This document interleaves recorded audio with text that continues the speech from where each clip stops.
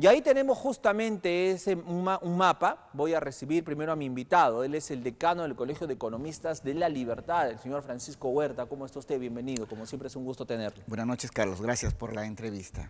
Con él vamos a conversar en torno a estas cifras, pero desde el punto de vista regional.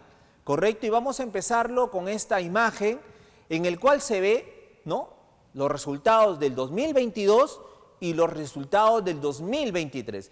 Vemos este mapa del Perú, ¿no? Vemos este mapa del Perú del 2022 y vemos las regiones del 2022 que resultando siendo, estaban pobres en 2022 y Cajamarca lideraba, Huánuco, Puno, Ayacucho, Pasco, Loreto, Huancavelica, el Callao y Piura. Eran las 10 regiones más pobres del país, el 2022. Pero luego ya llegamos al 2023 y en el 2023, dentro de todas estas regiones, que siguen siendo las mismas, aparece una región adicional, se incorpora una región. En este caso, se incorpora La Libertad. La región La Libertad está en el 10º lugar en la lista de estas 10 regiones más pobres del país. Y ya el 2023 es gestión, ojo, de César Acuña. 2023 es netamente gestión de César Acuña, el líder de Alianza para el Progreso, ¿no? Ya es gestión de él, o sea, acá no hay excusas, ya no hay nada, es gestión netamente de él. Y estamos hablando de pobreza regional, ojo, pobreza de la región La Libertad. Pero para hablar del tema, vamos a conversar con el señor Francisco Huerta. Vamos a empezar por Cajamarca, que es la que lidera esta pobreza. Un año más consecutivo en donde Cajamarca se ve afectada por estos índices, señor Huerta. Sí, bueno, es cierto, Cajamarca está con 44%, creo que la menos pobre es Moquegua, con 13%, y La Libertad, bueno, está en los 10 primeros cuando debía estar en los 10 últimos, de acuerdo a su importancia en empleo, en PBI, en términos de pobreza. Arequipa es la penúltima, o sea, es la región que está mejor después de Moquegua.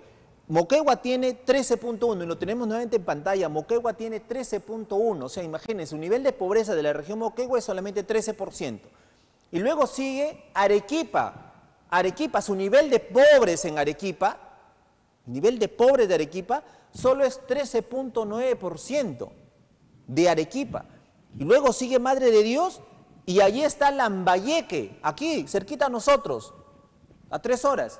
A 3 horas de nosotros está la región Lambayeque, en donde el nivel de pobreza de Lambayeque es 17.9. Esos son los que están mejor ubicados en torno a esto. Yo le preguntaba por Cajamarca nuevamente, ¿no? ¿Por qué Cajamarca está liderando si consideramos que Cajamarca pues, es una región minera, una región agropecuaria, nuevamente allí en la cabeza de estos índices? Sí, bueno, la pobreza se vincula a 2 razones. Una es el insuficiente crecimiento económico, a pesar que está con minería. Lo segundo es la forma como se asignan los recursos. Los gobiernos de los diferentes niveles, central, regional y local, no generan una asignación de recursos que haga que la población reciba de la manera más justa posible, y eso hace que coincida. No solo ha subido la pobreza, sino también la desigualdad entre provincias y entre distritos de la provincia en Cajamarca.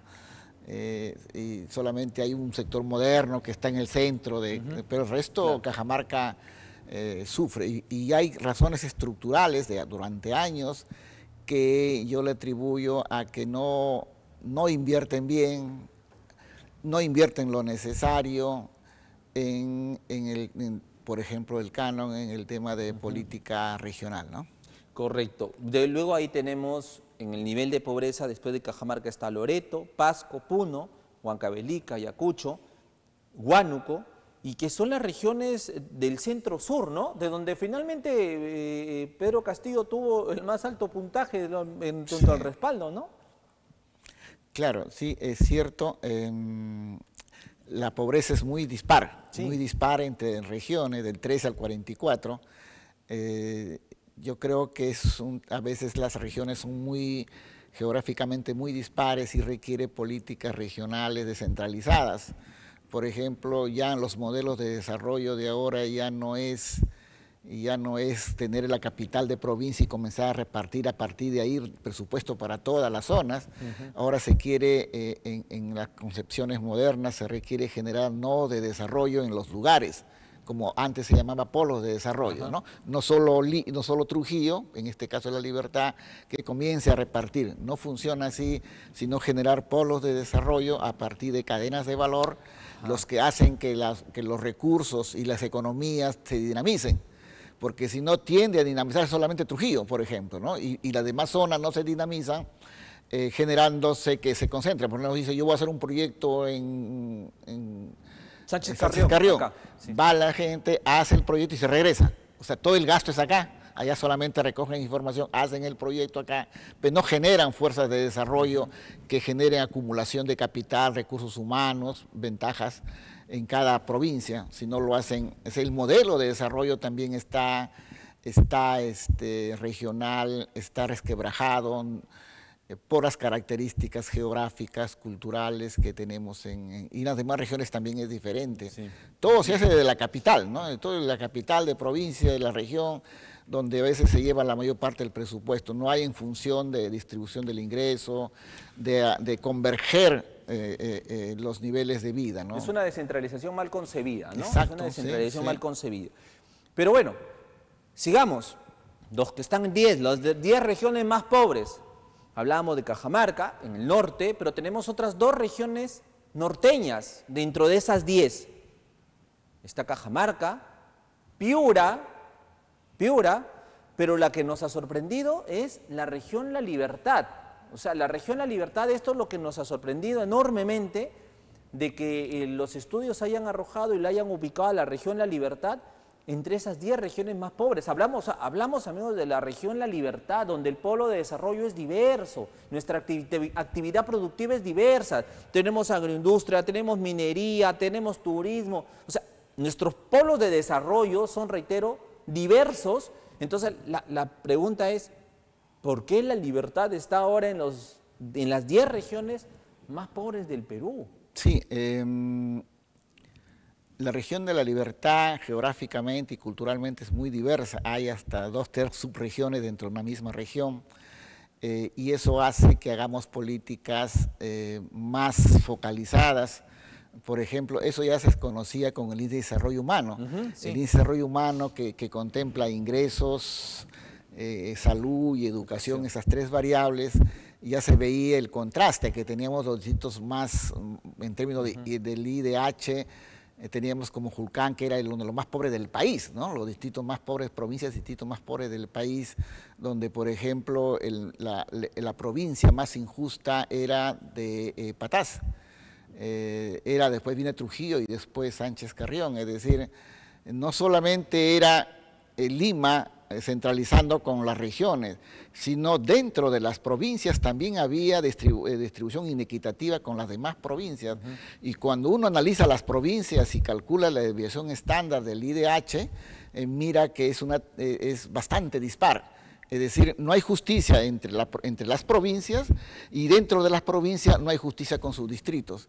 Entonces, eso hace de que las medidas de política, de crecimiento, no se vayan. Eso uno en teoría diría, me ponen acá una inyección, se va por todo el cuerpo. No, me ponen una inyección, se queda en el brazo y el resto no crece, no hay transfusión. Entonces, sin embargo, ahí hay un problema ahí, ¿no? Sin embargo, veníamos del 2022 a La Libertad así, queriendo entrar entre esas 10 regiones más pobres, pero estaba en la tabla media. No estaba en la tabla media, hablamos del 2022, pero ingresamos a un 2023 en donde ya pasamos esa tabla media y pasamos ya al color rojo, ¿no? Al color de peligro. Ahora, esto quiere decir que La Libertad tiene casi 32% de pobres, 31.8% de pobreza. Y el problema es mayor, porque o sea, con los 31,6 significa que tenemos 650.000 personas que gastan en promedio menos de 15 soles. Y dentro de esos 650.000 tenemos 50.000, poquito más de 50.000 que gastan menos de 8 soles 50. Es decir, esta es la pobreza. Sin embargo, hay lo que se llama vulnerables pobres y vulnerables no pobres.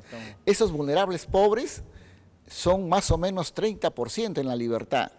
Es decir, son personas que gastan por encima de 15, 18, 20 soles, 22 soles. Pero cuando hay una creciente inflación o persiste una caída del producto o crece muy bajo, hay la opción de que estos que son pobres, vulnerables, pasen a la zona pobre. Y están en la vecindad de la línea. La línea de pobreza es 15 soles. Menos es pobre, por encima no es no pobre. Pero están en la vecindad, de tal manera que ese porcentaje es un 30. Y si le sumamos el 31, no menos del 60% en la región La Libertad y también en todo el país, porque es un fenómeno extendido, tendrían pobreza, ¿no? Tenían, digamos, inseguridad alimentaria. Y eso afecta a la desnutrición que está creciendo y se agrava en el largo plazo cuando la educación no es la mejor. O sea, no estamos sembrando en buena educación, estamos enfrentando en el corto plazo problemas de desnutrición y eso es bravo. Entonces eso es complicado porque refleja que hay que hacer políticas públicas, ya decía, por hacer nodos de desarrollo en cada provincia de La Libertad, concentrar polos ahí de desarrollo y generar fuerzas, inversión, capital humano, infraestructura, de tal manera que cuando viene la fuerte inversión desarrollamos esos polos. Si no desarrollamos solamente la capital de la región y el resto sigue mirando cuando hay crecimientos, ¿no? Quiero que incide en esto. Tenemos 31.6% de personas en el nivel de pobreza. Sí. Es tal cual. Esto quiere decir algo de 650.000 habitantes. De estos 650.000 habitantes, ¿hay un porcentaje que vive con menos de 15 soles diarios? No, los 650.000 viven con menos de 15 soles diarios. De esos 650.000, hay un poco más de 50.000 que viven con 8 soles 50 al día, lo que se llama la extrema pobreza. Y tenemos un 30 más que son pobres vulnerables, que hacemos que en realidad la cosa es bien difícil, no solo necesitamos crecer, inversiones, sino también mirar las demás provincias, y también implica replantear la política social, ¿no es cierto? No solo reformar Cualiguarma, requiere también mirar, porque lo que ha sucedido, Carlos, es que la pandemia ha reconfigurado la pobreza, ha habido más pobres en la zona urbana que en la zona rural, ¿no? En la zona rural sigue siendo la pobreza más profunda, pero más extendida ahora en la zona urbana.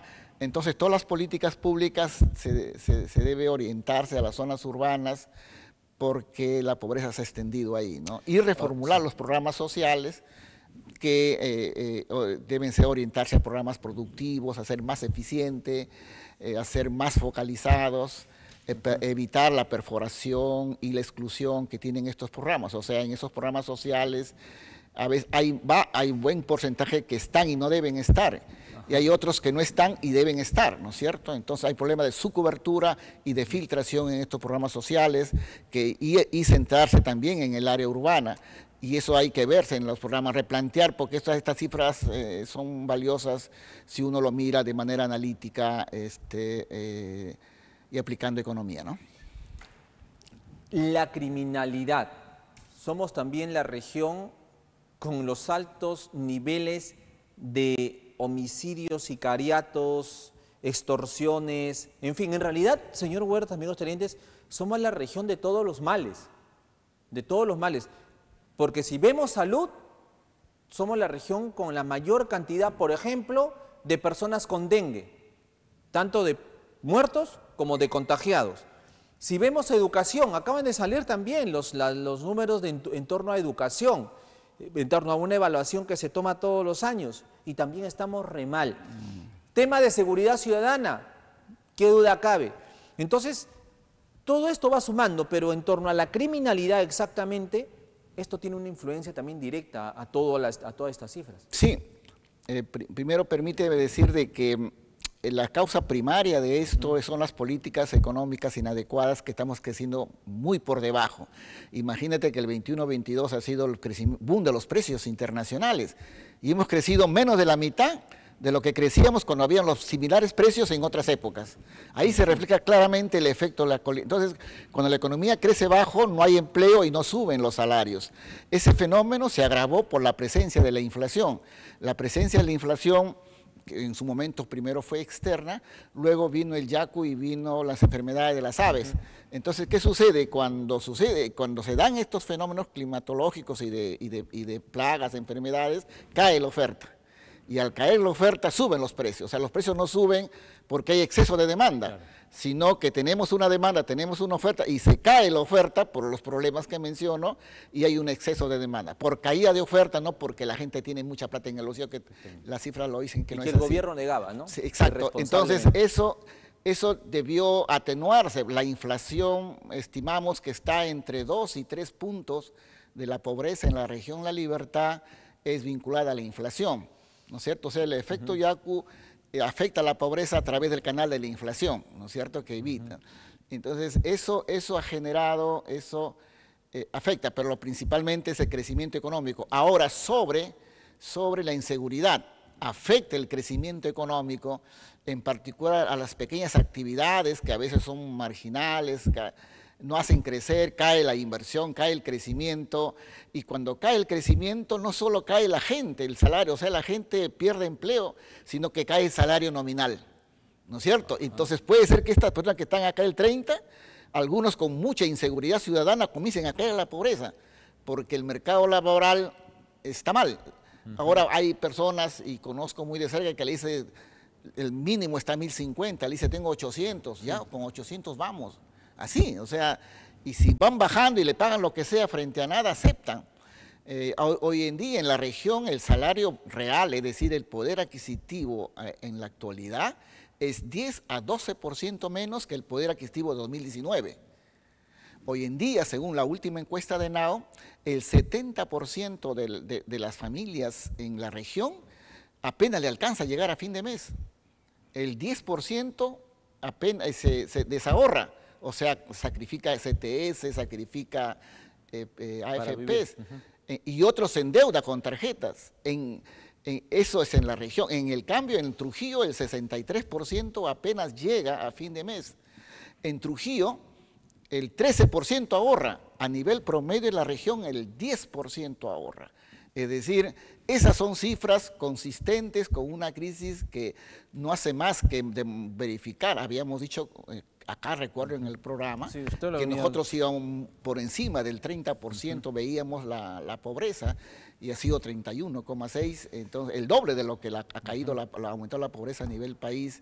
Entonces se requiere ahí que el gobierno en materia de desarrollo reconfigure la pobreza está más acá que en la sierra, aun cuando allá es más profunda, requiere reconvertir esos programas sociales hacia programas más productivos, requiere atacar la inseguridad porque eso afecta a los salarios sí, y afecta a la pobreza. Tanto inseguridad, que tanta inseguridad tenemos y tanto ha sido el despropósito del gobierno nacional también como del gobierno regional, ¿no? Tanto ha sido el despropósito de Dina Boluarte y de César Acuña que decretan el estado de emergencia. Lo prolongaron el estado de emergencia lo más que se ha podido. El estado de emergencia ya acabó, ya lo acaban de anunciar el día de hoy, ya acabó y no lo van a extender, porque ahora se tienen que concentrar en lo que son las actividades de seguridad de APEC. Entonces, se acabó el estado de emergencia en La Libertad, pero siguen volando torres, siguen los sicarios, siguen las extorsiones, siguen los homicidios, siguen los arrebatos, siguen los asaltos. Entonces, ¿de qué sirvió pues tanto anuncio y tanta pantomima y tanta cosa que se ha hecho en torno al estado de emergencia? Que salga el ejército, sí, doy mi conferencia, me voy a Lima, me reúno con mi mamá, Dina Boluarte, para poder sacar a los policías y a los militares.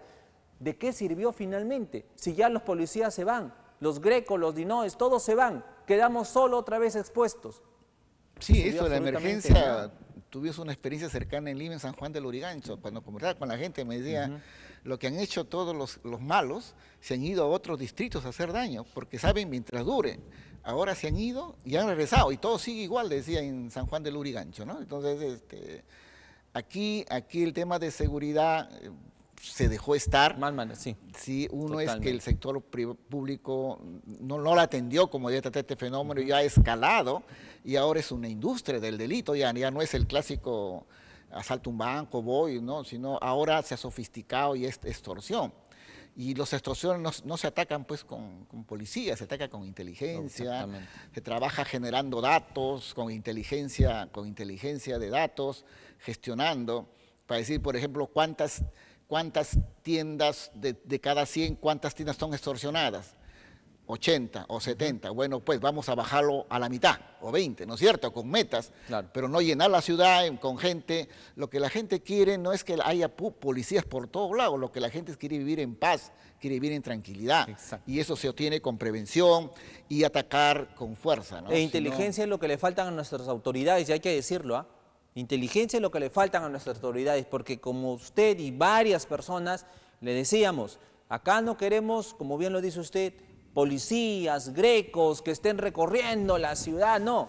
Se requería una unidad especial, una unidad de élite, una unidad de inteligencia que comience a chuponear, a seguir, ¿no? Que comience a hacer su trabajo y comiencen las capturas. Acá en estos meses no ha habido absolutamente nada de eso, nada. Y ahora, nuevamente, estamos solos y expuestos, solos y expuestos. Señor Huerta, pero usted siempre alzaba la voz en torno a cómo se manejaba la gestión regional, que no teníamos expertise, que no teníamos a profesionales adecuados, que no teníamos ese nivel, ¿no?, administrativo que lleve adelante una gestión pública regional a la medida y a las necesidades que requerimos. Y no se equivocó, porque toda esta incompetencia se ve reflejado en las cifras de pobreza. No hay otro resultado, o sea, era inequívoco que esto iba a darse en algún momento.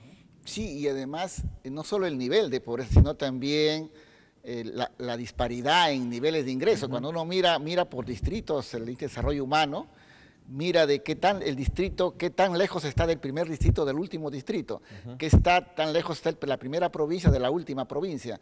Ahí se ve con claridad meridiana la disparidad que existe diferente en niveles de ingreso, en niveles de educación, en niveles de salud.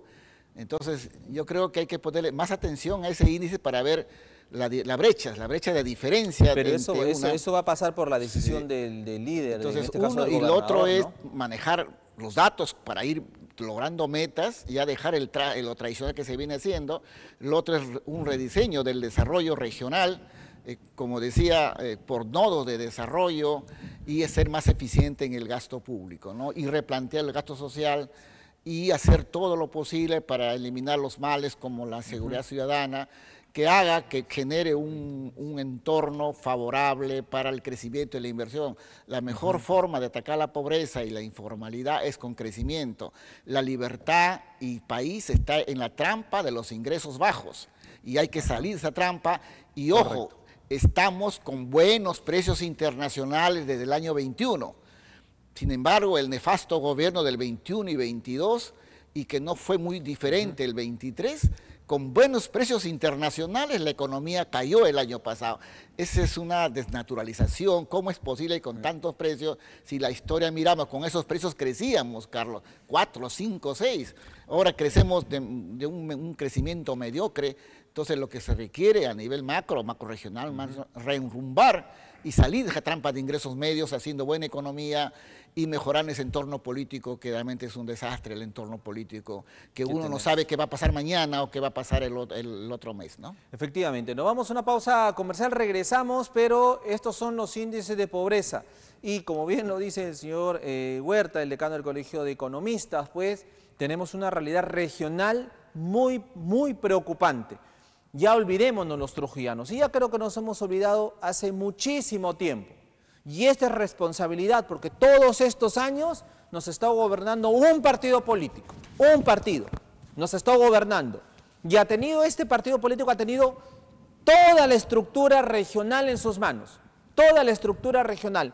alcaldes distritales, alcaldes provinciales, la gobernación regional, ha tenido en sus manos toda la institución pública en todos estos años. Hablamos de quién, de Alianza para el Progreso, y hay que decirlo, y ahí están las cifras, señora Acuña, ahí están las cifras que su partido nos deja, es más, que su gestión nos deja, porque este último estudio del INEI es del 2023, donde está su gestión, y su gestión en sus manos, señora Acuña, nos ha llevado a la región La Libertad para estar dentro de las 10 regiones más pobres del Perú. Eso está en sus manos, señor César Acuña, y en su partido político. Ya no olvidémonos, señores, ya nos olvidamos lo que decíamos antes, que estamos de la mano casi ahí compitiendo con Arequipa. ¿Recuerdan que decíamos eso? No, nosotros somos la región más importante del Perú. No, después de Lima es La Libertad. No, después de Lima es Arequipa. No, somos los trujillanos los más importantes. Nos olvidamos de eso. Ya no hay más. Arequipa es la segunda mejor región del Perú. Es la región que tiene menos pobres en el Perú. Arequipa. Y Trujillo está en estas 10 regiones con mayor pobreza. ¿Qué les parece, señores? ¿Qué les parece? Nos vamos a una pausa comercial y regresamos para ya despedirnos del programa.